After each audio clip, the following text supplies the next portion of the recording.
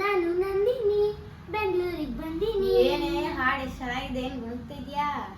ಏನಿಲ್ಲ ಕಣೆ, ಎಲ್ಲಿ ನೋಡಿದ್ರು ಇದು ವೈರಲ್. ನನಗಂತೂ ಭಾಳ ಇಷ್ಟ ಆಯ್ತಿದು. ಓ, ಏನ್ ಬೆಳಗ್ಗೆಯಿಂದ ಹಬ್ಬ ಜೋರಾ? ಜೋರು ಸಖತ್ತಾಗಿತ್ತು. ಬೇರೆ ಬೇರೆ ಊಟಗಳನ್ನು ತಿಂದು ಹಬ್ಬದ ಟೈಮ್ಗೆ ಸಖತ್ತಾಗಿತ್ತು. ಹೊಟ್ಟೆ ಅಂದ್ರೆ ತುಂಬಿಳಿದೆ ಫುಲ್ಲು. ಈಗ ಈ ಸಾಂಗ್ ಬಗ್ಗೆ ಸ್ವಲ್ಪ ಚರ್ಚೆ ಮಾಡೋಣವಾ? ಈ ವೈರಲ್ ಆಗಿರೋ ಹಾಡ್ ಗುಂಗಲ್ಲಿ ನಿಮ್ಮೆಲ್ಲರಿಗೂ ವಿಶ್ ಮಾಡೋದೇ ಮರ್ತೋಗ್ಬಿಟ್ವಿ. ಎಲ್ಲರಿಗೂ ಗೌರಿ ಗಣೇಶ ಹಬ್ಬದ ಹಾರ್ದಿಕ ಶುಭಾಶಯಗಳು. ಶುರು ಮಾಡಲ್ವಾ? ಓಕೆ, ಸಾಂಗ್ ಹಾಕಿ. ನಾನು ನಂದಿನಿ ಬೆಂಗಳೂರಿಗೆ ಬಂದೀನಿ, ಪಿಜಿಲಿ ಎತ್ತೀನಿ, ಐಟಿ ಕೆಲಸ ಮಾಡ್ತೀನಿ, ಊಟ ಸರಿ ಇಲ್ಲ ಅಂದ್ರೂ ಸಿಗ್ತೀನಿ.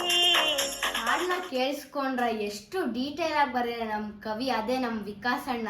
ಅರೆ, ವಿಕಾಸ್ ಅಣ್ಣನ ವೈರಲ್ ಆಗಿರೋ ವಿಕಿಪೀಡಿಯಾ ಅದೇ.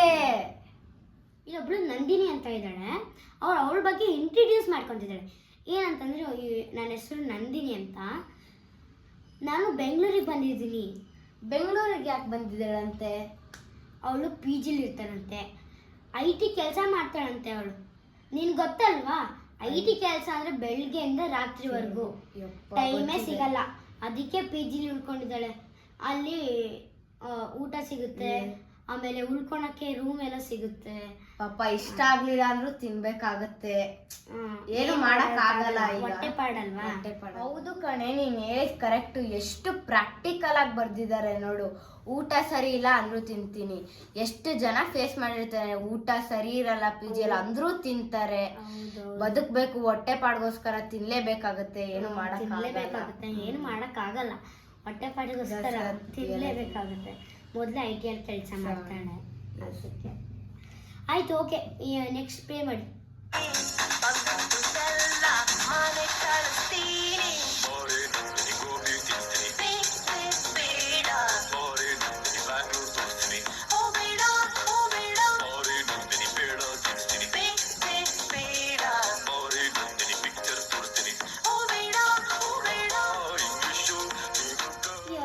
ಇವಳು ನಂದಿನಿ ದುಡ್ಡು ಕಳಿಸ್ತಾಳೆ. ದುಡ್ಡು ಕಳಿಸ್ಬಾರ್ದಂದಿಲ್ಲ, ಆದರೆ ಇವಳಿಗೆ ಸ್ವಲ್ಪ ಖರ್ಚಿಗಾರು ಇಟ್ಕೋಬೇಕಲ್ವಾ. ಇವಳು ಕಳಿಸ್ಬೇಕು ಬೇಡ ಅಂದಿಲ್ಲ. ಅವ್ರ ಅಪ್ಪ ಅಮ್ಮ ಓದಿಸಿರ್ತಾರೆ, ಅದಕ್ಕಾದ್ರೂ ದುಡ್ಡು ಕೊಡಲೇಬೇಕು, ಕಳಿಸ್ಲೇಬೇಕು ಇವಳು. ಅರೆ, ಇವಳಿಗೇನು ಇಟ್ಕೊಂಡಿಲ್ವಲ್ಲ, ಏನು ಅಂತ ಅಲ್ಲ. ಸ್ವಲ್ಪ ಪಿ ಜಿಯಲ್ಲಿ ತಿಂದು ಬೋರ್ ಆಗುತ್ತೆ, ಅವಾಗ ಅಪರೂಪಕ್ಕೆ ಬೇರೆ ಹೊರ್ಗಡೆ ಏನಾದ್ರು ತಿನ್ನಕ್ಕೆ ಅಥವಾ ಡ್ರೆಸ್ ತಗೊಳಕ್ ಅವಳಿಗೋದು ಸ್ವಲ್ಪ ಉಳಿಸ್ಕೋಬೇಕಲ್ವಾ? ಹೌದೌದು, ಇರ್ಲಿ ಬಿಡು, ಮುಂದೆ ಏನಿದೆ ನೋಡೋಣ ಬಾ. ಇನ್ನೂ ಎಷ್ಟು ಉಳಿಸ್ತಾಳೆ. ನೆಕ್ಸ್ಟು ಇದು ಫ್ರೆಂಡ್ಸು ಗೋಬಿ ತಿನ್ನಿಸ್ತೀನಿ, ಪೇಡ ತಿನ್ನಿಸ್ತೀನಿ, ಅದು ಅದಿದೆ ಅಲ್ವಾ? ಅದಿದೆ. ಒಬ್ಬೊಬ್ರು ಹುಡುಗರು ಅಂತ ಯಾರೇ ಆಗಲಿ ಫ್ರೆಂಡ್ಸು ಬರೀ ಟೋಪಿ ಹಾಕೋರು ಇರ್ತಾರೆ. ಎಲ್ಲ ಲಾಸ್ಟ್ವರೆಗೂ ನಾನೇ ಕೊಡಿಸ್ತೀನಿ, ನಾನೇ ದುಡ್ಡು ಕೊಡ್ತೀನಿ ಅಂತಾರೆ. ಫುಲ್ಲು ನಾನೇ ಕೊಡಿಸ್ತೀನಿ ಅಂತಾರೆ. ಬಿಲ್ ಕೊಡೋ ಟೈಮ್ನಲ್ಲಿ ಎಸ್ಕೇಪು, ವಾಶ್ರೂಮ್ಗಾರು ಹೋಗಿರ್ತಾರೆ, ಫೋನ್ ಅಂತ ಹೋಗ್ಬಿಟ್ಟಿರ್ತಾರೆ. ಎಷ್ಟು ಜನ ಪೂಸಿ ಹೊಡಿತಾರೆ ಗೊತ್ತಾ? ಲಾಸ್ಟ್ ಮತ್ತೆ ಇಲ್ಲ ಕಣೆ, ನಾನು ನೆಕ್ಸ್ಟ್ ಟೈಮ್ ಕೊಡ್ತೀನಿ ಬಿಡು, ನೀನ್ ಕೊಡಕ್ಕೆ ಹೋಗ್ಬೇಡ ಅಂತ. ಅದೊಂದು ಎಲ್ಲ ಯಾವಾಗ್ಲೂ ಅಂತಾರೆ. ನೆಕ್ಸ್ಟ್ ಆಯ್ತು, ಸರಿ, ಮುಂದೆ ನೋಡೋಣ ಬಾ ಏನಾಗುತ್ತೆ.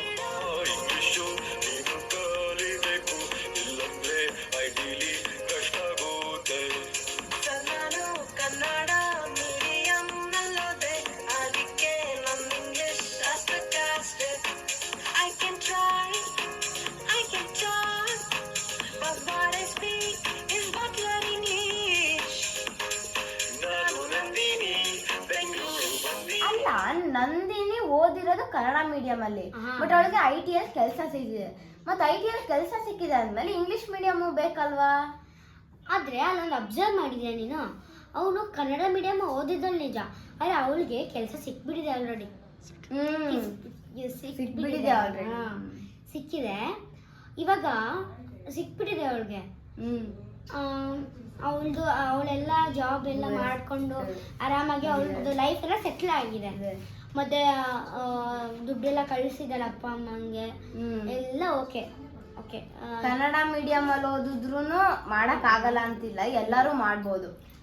ನಾನು ಕನ್ನಡ ಹೌದು, ಆಕ್ಚುಲಿ ನೀನು ಕನ್ನಡ ಮೀಡಿಯಂ ಕನ್ನಡ ಮೀಡಿಯಂ ಅಲ್ಲೇ ಓದಿ. ನಮ್ಮ ಅಪ್ಪನೂ ಕನ್ನಡ ಮೀಡಿಯಂ ಅಲ್ಲೇ ಹೋಗಿದ್ದಾರೆ, ಬಟ್ ಈಗೆಲ್ಲ ಇಂಜಿನಿಯರಿಂಗ್ ಕಾಲೇಜಲ್ಲಿ ಪ್ರೊಫೆಸರ್ ಆಗಿದ್ದಾರೆ, ಇವಾಗ ನಮ್ಮಪ್ಪ ಡಾಕ್ಟರ್ಸ್ ಸಣ್ಣವರಿದ್ದಾಗೆಲ್ಲ ಆಗಿದ್ದಾರೆ, ಸೈಂಟಿಸ್ಟ್ ಆಗಿದ್ದಾರೆ. ನಮ್ಮಪ್ಪ ಸಣ್ಣವರಿದ್ದಾಗೆಲ್ಲ ಕನ್ನಡ ಮೀಡಿಯಮ್ಮೇ ಓದಿದ್ದು, ಆದ್ರೆ ಇವಾಗ ಸಾಫ್ಟ್ವೇರ್ ಇಂಜಿನಿಯರ್ ಆಗಿದ್ದಾರೆ.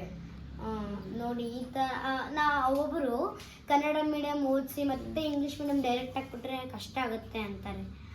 ಮತ್ತೆ ಸೈಂಟಿಸ್ಟ್ ಅನ್ಕೊಂಡ್ರೆ ನೆನಪು ಬಂತು ನಂಗೆ, ಚಂದ್ರಯಾನದಲ್ಲಿ ಅರ್ಧಕ್ಕರ್ಧ ಜನ, ತುಂಬಾ ಜನ ಕನ್ನಡ ಮೀಡಿಯಂ ಅಲ್ಲಿ ಹೋಗದೇನೆ ಇದ್ ಮಾಡಿದಾರೆ ಜಾಸ್ತಿ ಕೆಲಸ.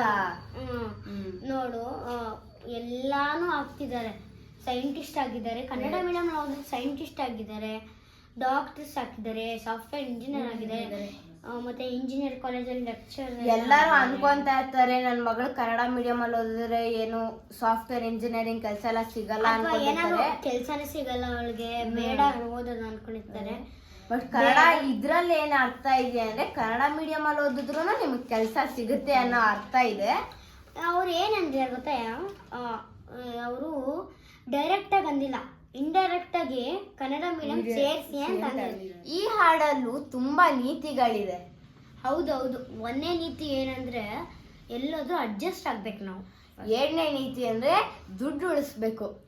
ಮೂರನೇ ನೀತಿ ತಂದೆ ತಾಯಿಗಳಿಗೆ ದುಡ್ಡು ಕಳಿಸ್ಬೇಕು ಎಲ್ಲೇ ಇದ್ರು. ನಾಲ್ಕನೇ ರೀತಿ ಕನ್ನಡ ಮೀಡಿಯಂ ಅಲ್ಲಿ ಓದಿದ್ರು ನಮ್ಗೆ ಕೆಲಸ ಸಿಗುತ್ತೆ ಅನ್ನೋದು ತಿಳಿಸ್ಕೊಟ್ಟಿದ್ದಾರೆ. ವಿಕಾಸ್ ಅಣ್ಣ, ನೀವು ಬದ್ರ ಹಾಡನ್ನ ಒಂದು ಹಾಡ್ತೀವಿ, ನಾವು ಬೇರೆ ತರ ಮಾಡಿದ್ವಿ, ಅರ್ಧ ಅಷ್ಟೇ ಹಾಡ್ತೀವಿ. ಗೋ. ನಾನು ನಂದಿನಿ ಬೆಂಗಳೂರಿಗೆ ಬಂದಿನಿ, ಇರ್ತೀನಿ, IT ಕೆಲಸ ಮಾಡ್ತೀನಿ, ಊಟ ಸರಿಯಿಲ್ಲ ಅಂದ್ರೂ ತಿಂತೀನಿ, ಬಂದಿದ್ದೆಲ್ಲ ಮನೆ ಕಳಿಸ್ತೀನಿ, ಬಾರೆ ನಂದಿನಿ ಗೋಬಿ ತಿನ್ಸ್ತೀನಿ, ಬೇಡ ಬಾರೆ ನಂದಿನಿ ಬೆಂಗಳೂರು ತೋರಿಸ್ತೀನಿ, ಓ ಬೇಡ ಬಾರೆ ನಂದಿನಿ ಪೇಡ ತಿನ್ಸ್ತೀನಿ, ಬೇಡ ಬಾರೆ ನಂದಿನಿ ಪಿಕ್ಚರ್ ತೋರಿಸ್ತೀನಿ, ಓ ಬೇಡ. ವಿಕಾಸ್ ಅಣ್ಣ, ನಮ್ಗೆ ಇಷ್ಟೇ ಗೊತ್ತಿರೋದು, ನಾವು ನಿಮ್ಮ ಹಾಡನ್ನ ಈ ತರ ಮಾಡಿದೀವಿ ಅಂತ ಪ್ಲೀಸ್ ಬೇಜಾರು ಮಾಡ್ಕೋಬೇಡಿ. ವಿಕಾಸ್ ಅಣ್ಣ ವಿಕಿಪೀಡಿಯಾ ಚಾನಲ್ಗೂ ಲೈಕ್ ಮಾಡಿ, ಶೇರ್ ಮಾಡಿ, ಸಬ್ಸ್ಕ್ರೈಬ್ ಮಾಡಿ. ನಮಗೂ ವಿಕಿಪೀಡಿಯಾ ಅಂದರೆ ನಮ್ದು ಇದಕ್ಕೂ ಲೈಕ್ ಮಾಡಿ, ಶೇರ್ ಮಾಡಿ, ಸಬ್ಸ್ಕ್ರೈಬ್ ಮಾಡಿ, ಪಕ್ಕದಲ್ಲಿ ಬೆಲ್ ಬಟನ್ ಇರುತ್ತೆ ಒತ್ತಿ.